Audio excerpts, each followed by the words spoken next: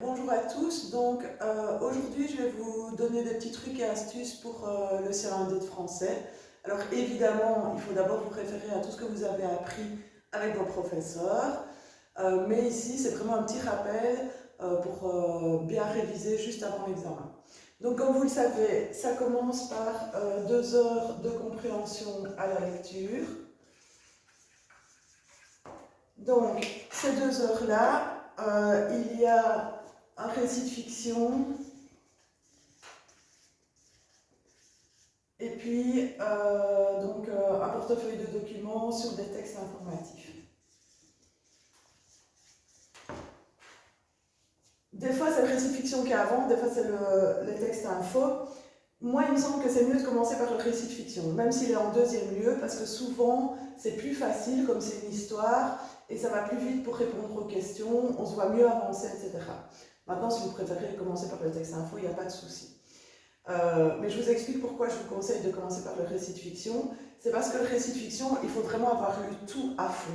Tandis que les textes info, s'il vous reste peu de temps pour répondre aux questions, il y a moyen de vous en sortir pour certaines questions en allant juste voir les titres, les gros sous-titres, etc.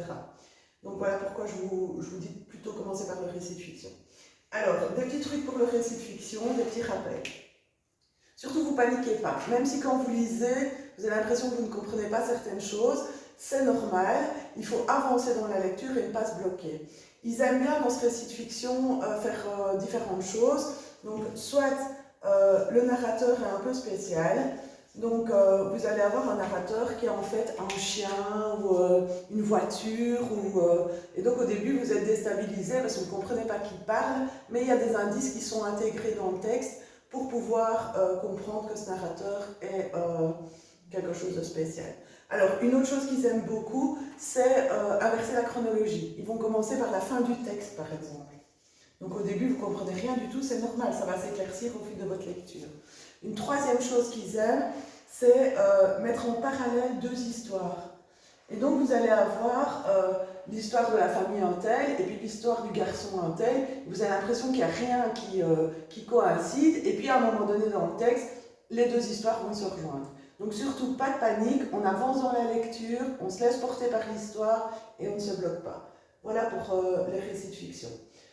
Pour les textes info, donc ça je vous ai dit, c'est pas essentiel de tout lire à fond. Donc vous pouvez avoir une lecture vraiment diagonale, et puis après, selon les questions, revenir sur certains documents. Donc ça, c'est pour les 2 heures de compréhension à la lecture. C'est vraiment le moment où c'est assez speed. On n'a pas énormément de temps pour faire ces 2 heures-là. Et donc je vous conseille, et surtout ça pour les perfectionnistes, vous pouvez passer des questions. N'hésitez pas, parce qu'il y en a qui restent bloqués sur une question ou l'autre, et puis après ils n'ont pas assez de temps pour répondre. Donc s'il y a une question où vous ne voyez vraiment pas ce qu'on vous demande, vous passez.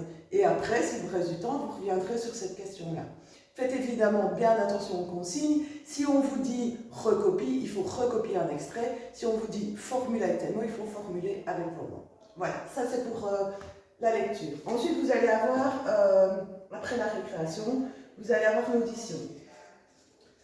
En général, c'est assez facile. Donc, il ne faut pas s'inquiéter pour l'audition. Même si vous n'êtes pas fort en audition en langue ou quoi, celle de français, souvent, elle est assez facile. C'est souvent un interview. Et alors, il y a juste une chose qu'il faut savoir, c'est que ils vous déstabilisent un peu avec cette interview. Soit ils vous mettent une petite musique un peu débile, soit le gars qui est interviewé a une voix complètement dingue, un accent pas possible, ou le son n'est pas terrible. Donc il faut tout de suite vous mettre dans l'audition, pas commencer à danser sur sa chaise ou à rire de l'accent de la personne. Ce sont vraiment tous des parasites qui sont là pour un peu vous déstabiliser et voir si vous arrivez à vous concentrer. En général, l'audition se passe très bien. Ensuite, vous allez avoir donc, tout ce qui concerne l'écriture. Donc là, il reste plus ou moins 1h20, je dirais. Et notamment, donc, dans l'écriture, il y a une partie langue. Donc c'est une seule feuille où vous avez souvent 5 phrases à corriger. Alors, moi je me suis amusée à reprendre tous les CE1D et voir les erreurs qu'ils mettaient dans les phrases. Déjà, il faut savoir qu'ils ne mettent jamais d'erreur d'orthographe d'usage, en tout cas jusqu'ici. Donc ça veut dire que vous ne devez pas hésiter, si vous voyez un mot, horaire, voilà, horaire, et vous dites ah flûte, je ne sais pas s'il y a 2 R ou s'il y a un R, ils ne vont pas vous faire des trucs comme ça. Il n'y a pas de faute d'orthographe d'usage. Donc ils vont faire des fautes sur les homophones. Alors l'homophone qu'ils adorent c'est c'est. Donc c'est, comme ça, etc. Ils vont écrire par exemple ces vacances étaient formidables, ils vont écrire les vacances c'est comme ça.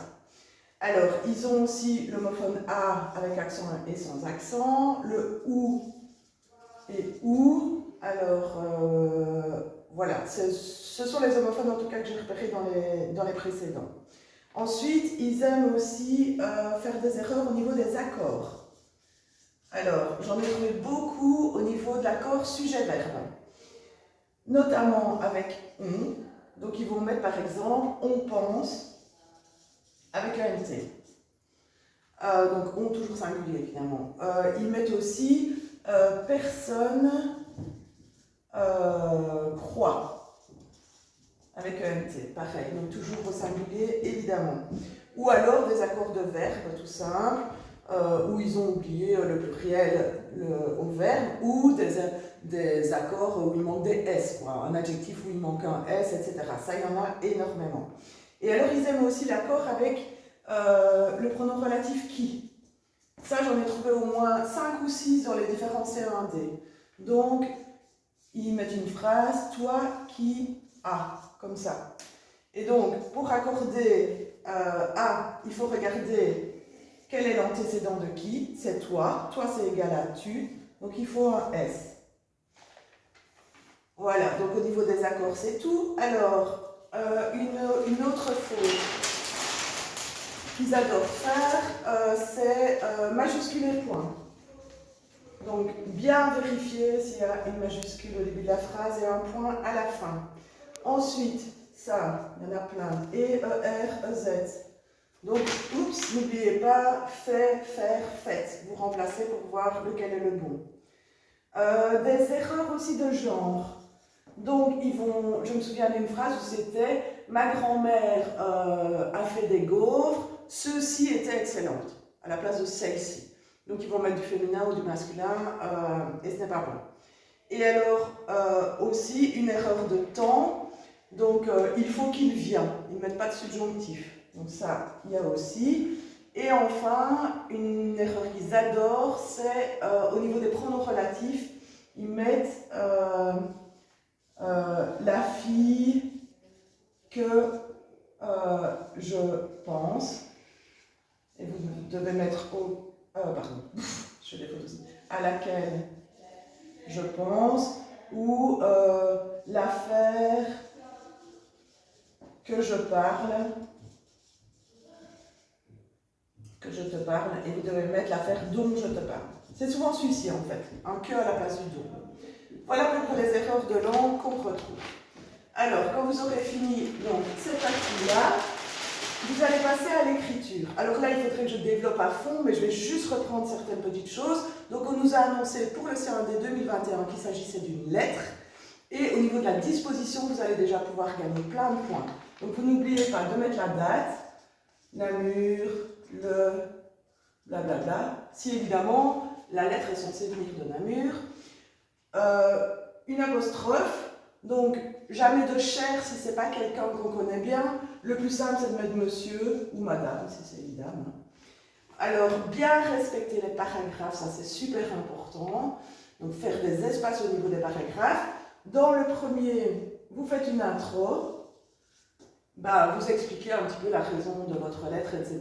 S'il y a une demande à faire, vous la faites, à formuler. Vous mettez votre avis aussi. Imaginons qu'il nous fasse un truc sur le coronavirus, sur le vaccin, et votre lettre dira Monsieur, je vous écris par rapport à votre sondage sur le vaccin. Je pense qu'il est vraiment essentiel de faire vacciner les moins de 18 ans. Donc vous devez mettre votre avis dans l'intro.